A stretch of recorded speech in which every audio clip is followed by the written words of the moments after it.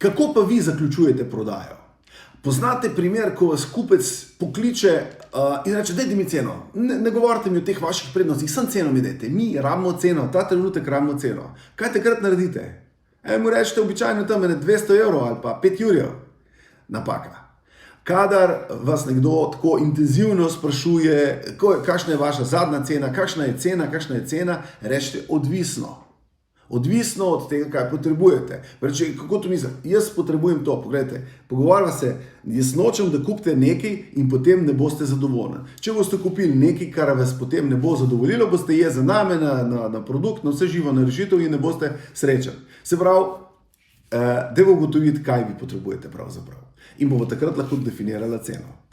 In to je naslednji stage. Če hočemo ugotoviti, kaj človek potrebuje, mu postavljamo vprašanja. In ta vprašanja niso vedno samo te narave, da bi mi znali zračunati končno ceno, ampak so pomembno tudi zato, da on razmišlja o nekaterih stvareh, ki se lahko še zgodijo, oziroma kako je razširil uporabnost tega, kar kupuje. In pa seveda hkrati mi gradimo zaupanje. Se pravi, da bi nam kupec zaupal. Zato dostikrat postavljamo primer. Recimo, pri uporabi se zgodi ta dober učinek.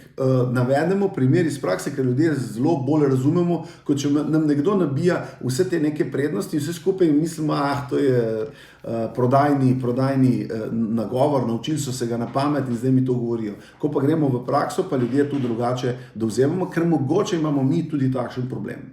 In zaprav, ko pridemo pa do tega, da je vsa prezentacija, vse stvari jasne in je cena definirana, se pravi ponudba dana, pa se dostikrat zgodi, da rečejo prodajniki, no, vas pol pokličem čez 2 dni, vas pokličem drug teden. Ne, takoj. Povejte plačilne pogoje, povejte, kakšna je prednost, če plačajo ta trenutek, povejte, kakšna je prednost, če plačajo, ne vem, naročnino za 1 leto naprej. Ne spustite ga takrat, ko vidite, da se je odločil, da je vse prav. Če vam kupec reče, kupim, je pomembno, da naredite korak, kako ta nakup zaključite. V trgovini, v maloprodaji nam je to čisto jasno, gremo na blagajno in plačamo. Kaj pa v business to business in podobnih stvareh? Tukaj je treba biti odločen in povedati, če smo se že zmenili, da se odločimo, dajmo to zaključiti. In takrat, ko zaključite prodajo, ko pa se odločite za prodajo, mu pa naredite še upsell, cross-sell, se pravi v tem smislu, da navedete neko prednost ali potrošni material ali pa kakšno zavarovanje ali kaj podobnega.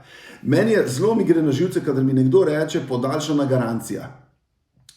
Se pravi, že ko rečeš podaljšana garancija, torej produkt najbrž ni ne vem kako dober, če morate podaljševati garancijo ali kaj zdaj s to garancijo mislite.